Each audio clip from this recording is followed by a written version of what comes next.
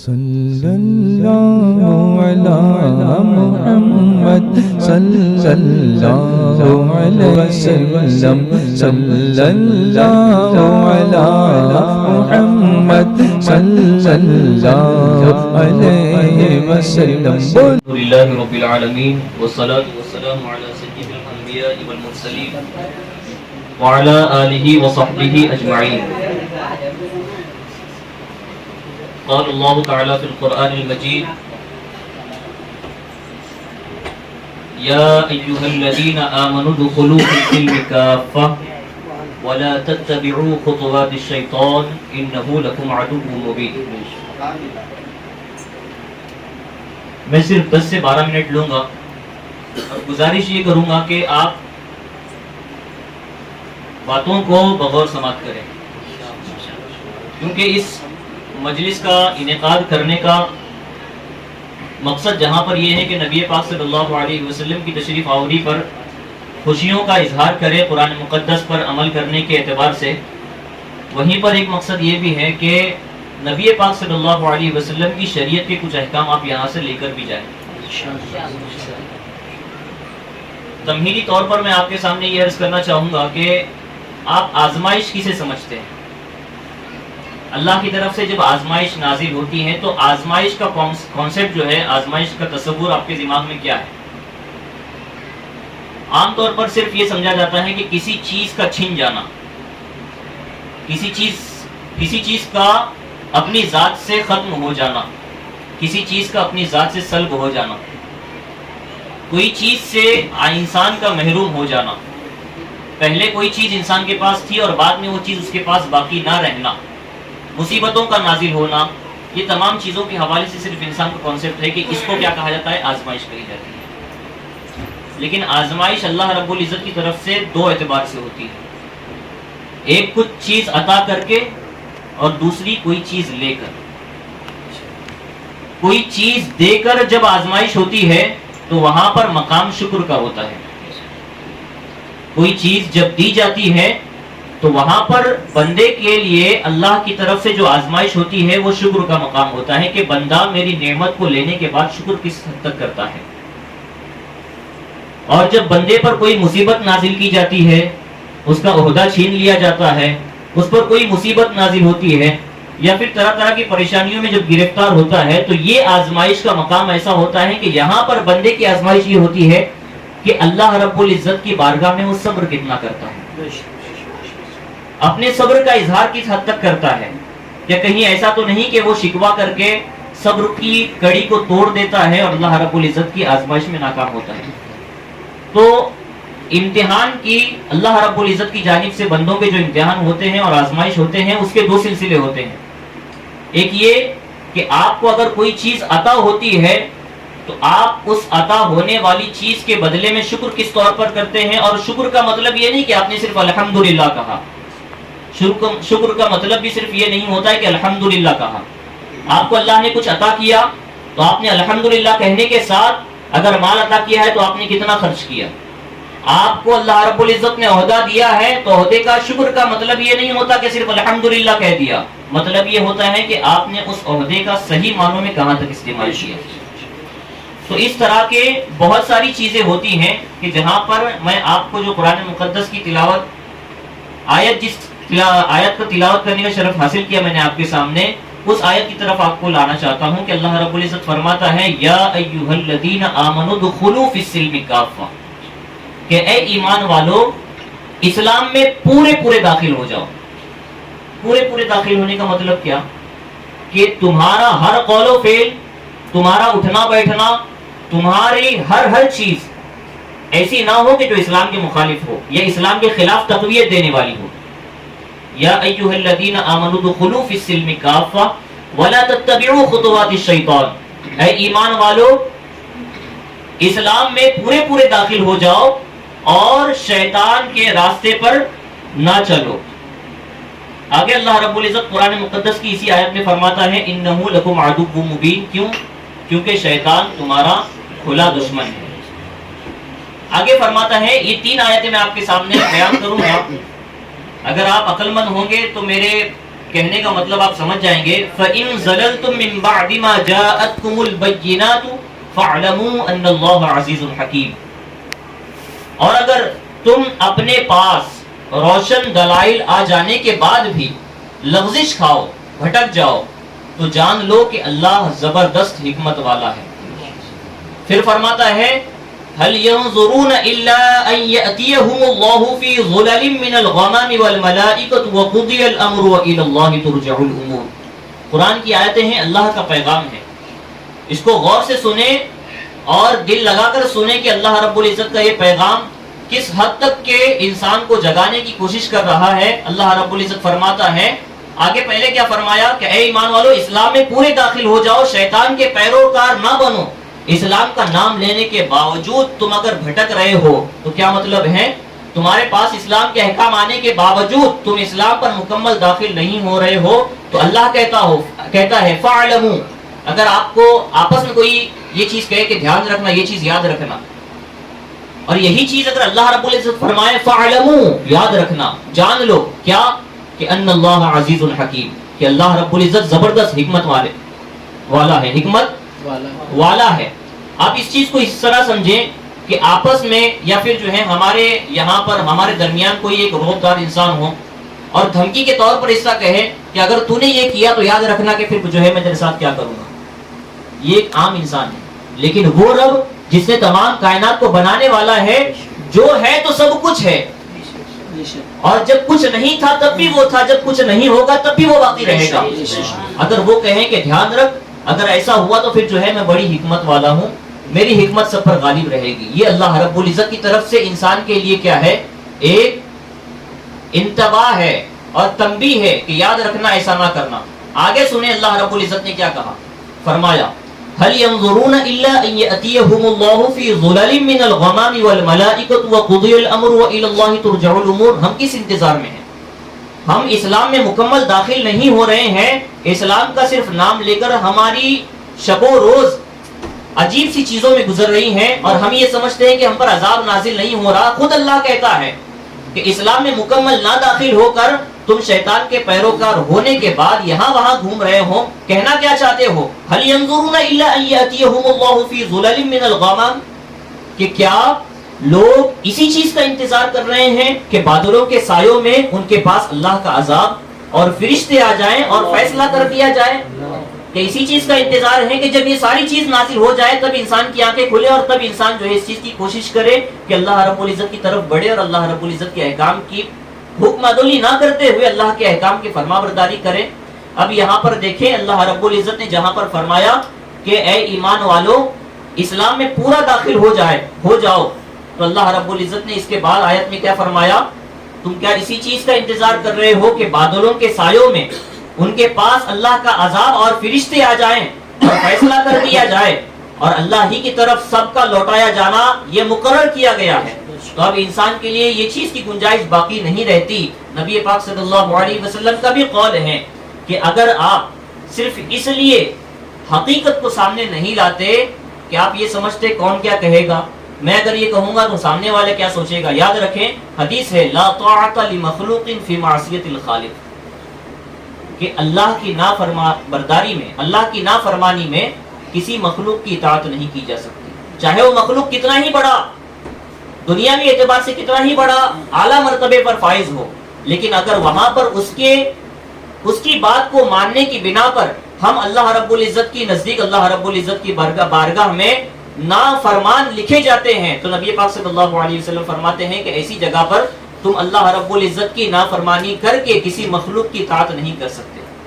اب میں اپنی باتیں تو نہیں بیان کر رہا ہوں، قرآن مقدس کی باتیں بیان کر رہا ہوں۔ یہاں پر دیکھیں کہ اس میں تفسیر میں کیا فرمایا گیا کہ یا ایھا الذین آمنوا ادخلوا فی السلم کافہ،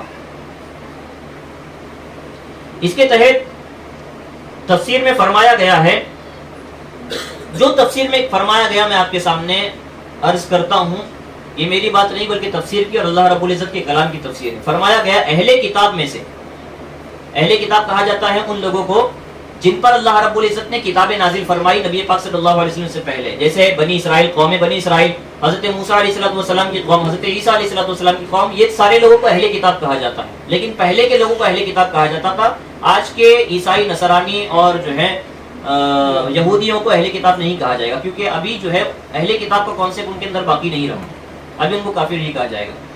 تو اس آیت کے تحت تفسیر میں کیا فرمایا گیا کہ اہل کتاب میں سے حضرت عبداللہ بن سلام رضی اللہ تعالیٰ اور ان کے اصحاب تاجدار رسالت صلی اللہ علیہ وسلم پر ایمان لانے کے بعد، کون ایمان لایا؟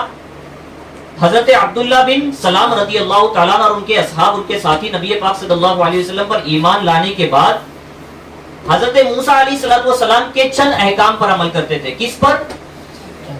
میری گزارش ہے کہ اس چیز کو جو ہے بغور سماعت کریں. میں جو پیغام آپ کے دلوں میں ڈالنا چاہتا ہوں اس سے بہت حد تک ریلیٹڈ ہے یہ. تو میں آپ کو جس چیز کی طرف لانا چاہتا ہوں وہ چیز آپ دیکھیں. حضرت موسیٰ کون تھے؟ اللہ کے نبی تھے. کون تھے حضرت موسیٰ؟ اللہ کے نبی تھے. لیکن دیکھیں کہ اسلام میں مکمل داخل ہونے کا مطلب کیا ہے. اسلام میں مکمل داخل ہونے کا مطلب کیا ہے؟ تو فرمایا حضرت عبداللہ بن سلام اپنے اصحاب کے ساتھ ایمان لائے، اور چونکہ حضرت موسیٰ کے پیروکار، حضرت موسیٰ علیہ نبینا علیہ السلام کے ماننے والوں میں سے تھے. نبی پاک صلی اللہ علیہ وسلم جب تشریف لائے تو پچھلے انبیاء کے ماننے والوں پر بھی ضروری ہوتا ہے کہ وہ نبی پر ایمان لائیں. اب پچھلے نبی کی شریعت پر عمل نہیں کر سکتے. کس کی شریعت پر عمل ہوگا؟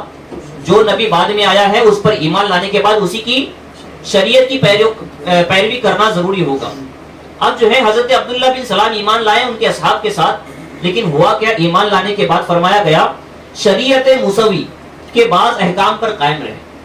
ایمان لانے کے بعد حضرت موسیٰ علیہ نبینا علیہ السلام کی شریعت پر کے مطابق کچھ اعمال ایسے تھے کہ ان کی شریعت کے مطابق عمل کرنے لگے، حالانکہ وہ خود اللہ کے نبی تھے حضرت موسیٰ علیہ السلام. تو فرمایا گیا ہفتے کے دن کی تعظیم کرتے، سنیچر کے دن کی کیا ہے تعظیم کرتے. اس روز شکار سے لازماً اجتناب کیا کرتے تھے، اور اونٹ کے دودھ اور گوشت سے بھی پرہیز کیا کرتے تھے. اور یہ خیال کرتے کہ یہ چیز اسلام میں صرف مباح یعنی جائز ہے. نبی صلی اللہ علیہ وسلم کی شریعت میں کیا ہے؟ اونٹ کا گوشت بھی کھا سکتے ہیں، دودھ بھی پی سکتے ہیں. شریعت موسوی میں الگ حکم تھا. سنیچر کے دن شکار نہیں کر سکتے تھے. حضرت موسیٰ علیہ السلام کے شریعت میں، نبی پاک صلی اللہ علیہ وسلم کے زمانے میں وہ چیز باقی نہیں رہی.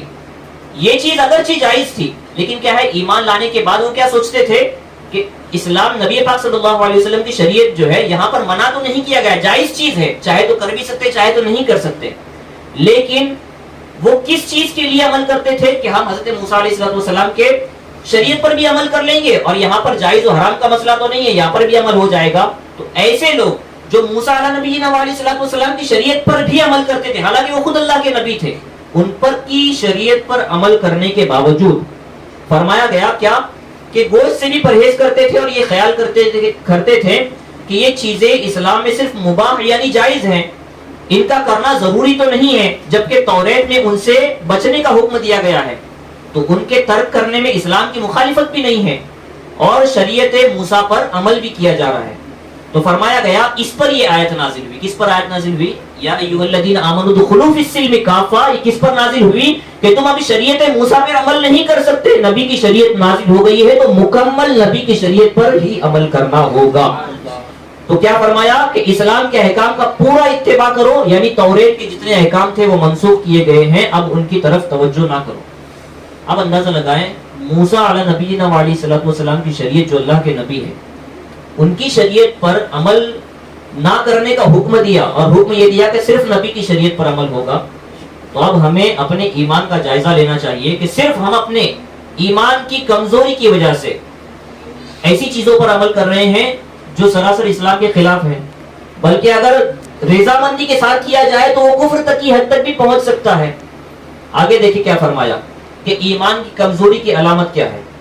یاد رکھیں جو لکھا ہوا ہے وہ پڑھ کر سنا رہا ہوں. یاد رکھیں داڑھی منڈوانا، مشرکوں سا لباس پہننا، مشرکوں سا لباس پہننا. الفاظ کو دیکھیں. اور ایک سیرات الجنان تفسیر القرآن جو لکھی ہے نا اسی کتاب کو میں پڑھ رہا ہوں، سب سے اوپر جو لکھی ہوئی رکھی ہوئی اسی کتاب کو میں پڑھ رہا ہوں. یاد رکھے داڑھی منڈوانا، مشرکوں سا لباس پہننا، اپنی معاشرت میں یعنی اپنے علاقے میں اپنے گرد و پیش رہنے والوں میں بے دینوں جیسی کرنا، یہ سب ایمان کی کمزوری کی علامت ہے۔ جب مسلمان ہو گئے تو سیرت و صورت، ظاہر و باطن، عبادت و معاملات، رہن سہن، میل برتاؤ، زندگی موت، تجارت اور ملازمت، سب میں اپنے دین پر عمل کرو۔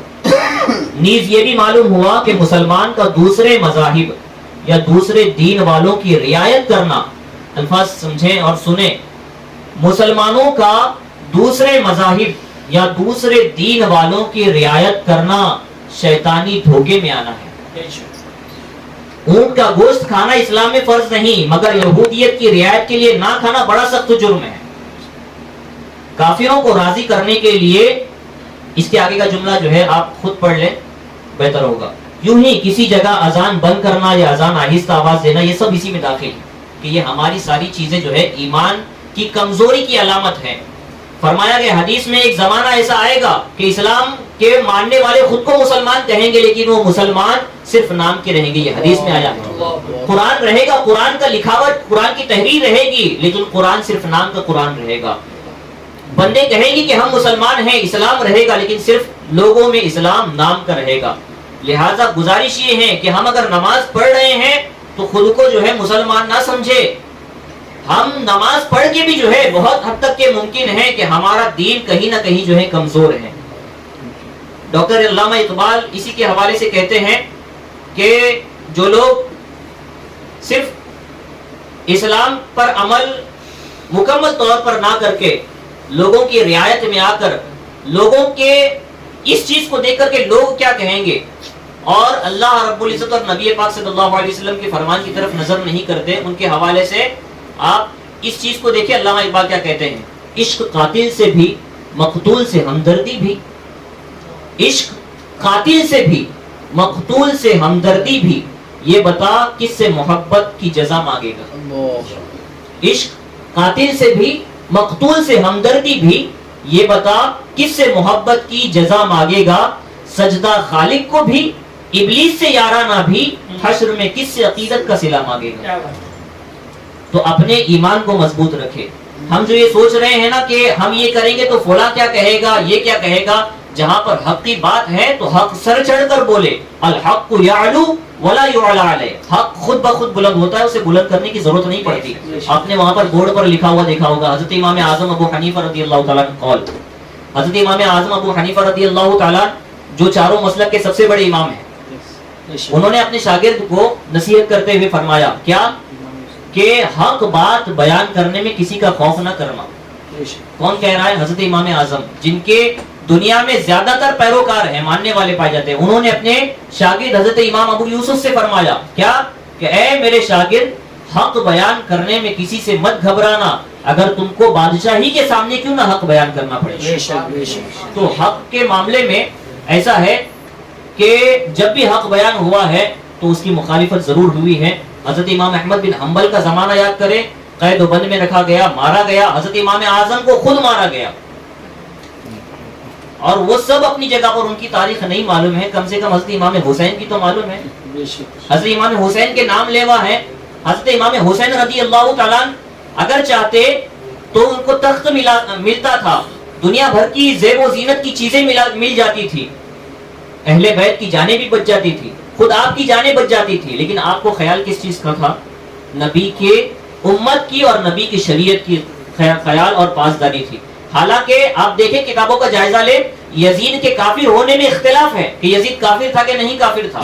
یزید کے کافر ہونے میں اختلاف ہے، محتاط علماء اس کو کافر نہیں کہتے، جبکہ اسلام کسی کافر کے ہاتھ میں نہیں جا رہا تھا۔ ایک منافق، ایک جو ہے فاسق اور فاجر، جو گناہ کرنے کا عادی تھا، جس کے حوالے سے امام حسین رضی اللہ تعالیٰ کو خدشہ تھا کہ اگر میں اس کے ہاتھ پر بیعت کروں تو کہیں میرے نانا جان کا ایمان جو ہے خطرے میں نہ پڑ جائے اور اس کی دیکھا دیکھی میں لوگ جو ہے اسلام ہی نہ سمجھنے لگ جائیں، تو صرف آپ نے ایک فاسق و فاجر کے ہاتھ میں اسلام کی باغ ڈور نہ چلی جائے، اس لیے آپ نے کیا کیا؟ اس کے ہاتھ پر بیعت نہیں کی، آپ نے سر کٹا دیا، اپنے اہل بیت کو قربان کر دیا، اپنا سب کچھ لٹا دیا، لیکن آپ نے کبھی بھی جو ہے باطل کے سامنے اپنا سر نہیں جھکایا۔ اس لیے کہنے والے نے کیا کہا ہے کہ مرد حق باطل کے آگے خوف کھا سکتا نہیں, سر کٹا سکتا ہے لیکن سر جھکا سکتا نہیں. اپنے ایمان کو مضبوط رکھیں, گرد و پیش کا جائزہ لیں, اپنے ایمان کو مضبوط کریں, شعار اسلام کی حفاظت کریں,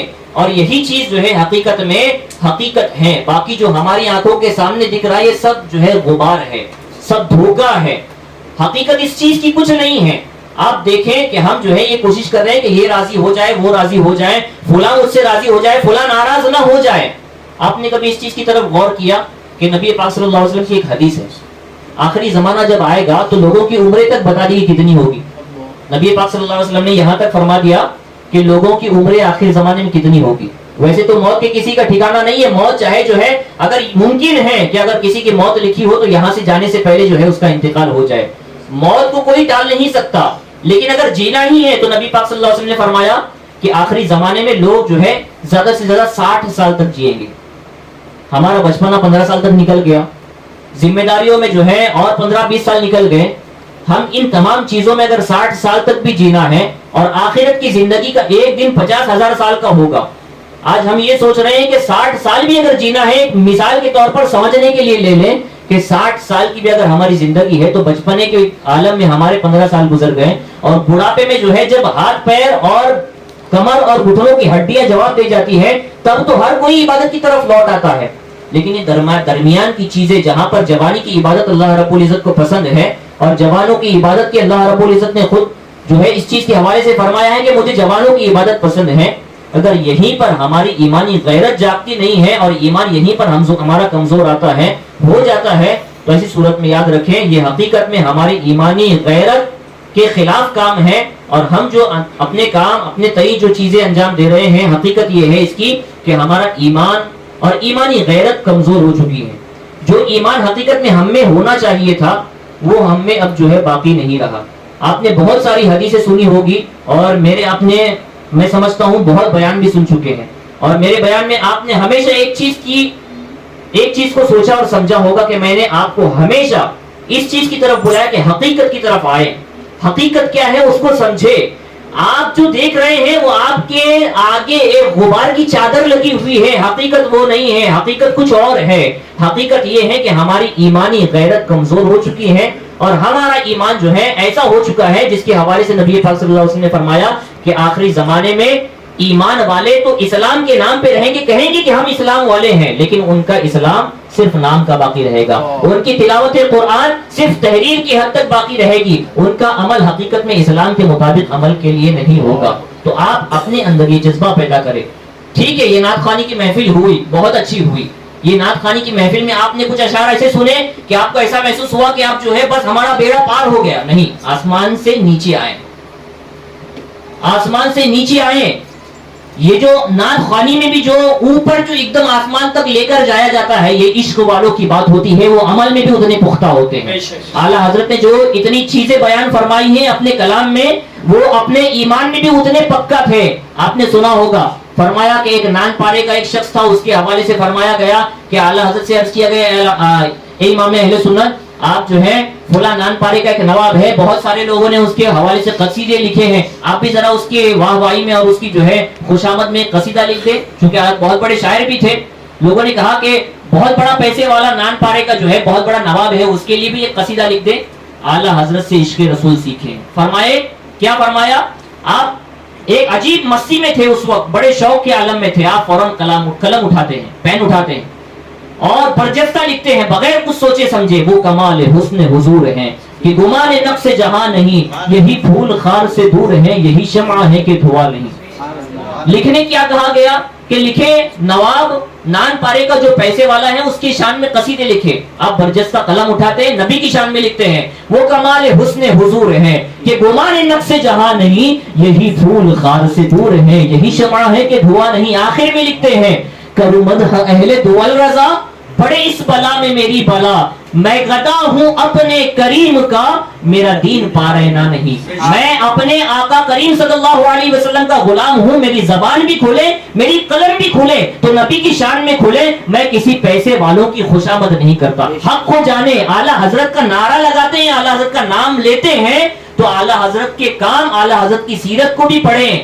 حضور غوث پاک کے حوالے سے آپ کیا سمجھتے ہیں؟ حضور غوث پاک نے فرمایا کوئی ہوا میں اڑے, کوئی سمندر پر چل کر دکھائے, وہ ولی نہیں ہو سکتا. ولی وہ ہوگا جو شریعت پر عمل کرنے والا ہوگا. ورنہ دجال بھی آئے گا تو دجال بھی اپنے ایک ہاتھ میں دوزخ دکھائے گا, ایک ہاتھ میں جنت دکھائے گا, اڑ کر دکھائے گا, سبزہ اگا کر دکھائے گا, آسمان سے بارش نازل کر کے دکھائے گا. تو وہ لوگ ہی اس پر ایمان لانے والے ہیں جن کا ایمان کمزور ہوگا. ہرگز یہ نہ سمجھیں کہ دجال اگر ہمارے زمانے میں نہیں ہوگا تو ہمارا ایمان محفوظ ہوگا. ہم ایسی چیزوں میں گرے ہوئے ہیں کہ حقیقت کچھ اور ہے اور ہمارے آنکھوں پر پردہ کچھ اور ہے. تو حقیقت کی طرف سے آئے اور علامہ اقبال نے جو کہا ہے اس کو آپ سوچے سمجھے, کیا کہ عشق قاتل سے بھی, مقتول سے ہمدردی بھی, یہ بتا کس سے محبت کا صلہ مانگے گا. آگے کیا فرمایا کہ سجدہ خالق کو بھی ابلیس سے یارانہ بھی, یہ بتا کس سے محبت کا صلہ مانگے گا. محبت جس سے کر رہے ہو تو پورے کھڑے اترو اس سے محبت کرنے میں. نبی کی ذات سے محبت کرتے ہو تو ایسا کہ لا تجد قوما یؤمنون باللہ والیوم الآخر یوادون من حاد اللہ ورسولہ ولو کانوا آباءہم, قرآن ہے, ولو کانوا آباءہم او ابناءہم او اخوانہم او عشیرتہم اولئک کتب فی قلوبہم الایمان وایدہم بروح منہ.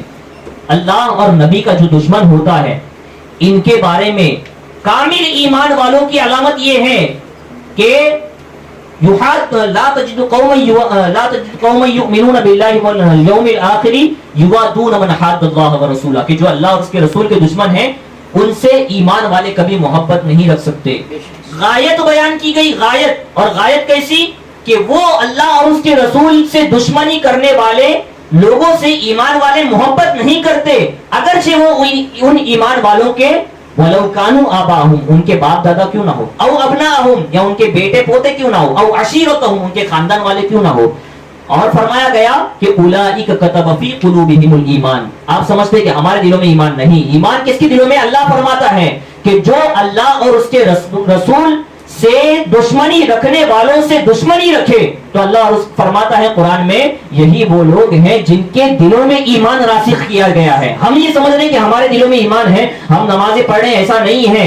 بہت سے ایسے قیامت میں آئیں گے میدان محشر میں جن کے پاس نمازیں ہوں گی, جن کے پاس روزے ہوں گے, حج و زکات ہوں گے, بہت کچھ ہوگا, لیکن آخر میں ان کو ٹھکانہ کیا ہے؟ عاملۃ ناصبہ تصلی نارا حامیہ. فرمایا کہ بہت محنتیں مشقت کر کے دنیا سے آئیں گے, عبادتیں گزار کر آئیں گے, لیکن آخر کار ان کا انجام کیا ہوگا؟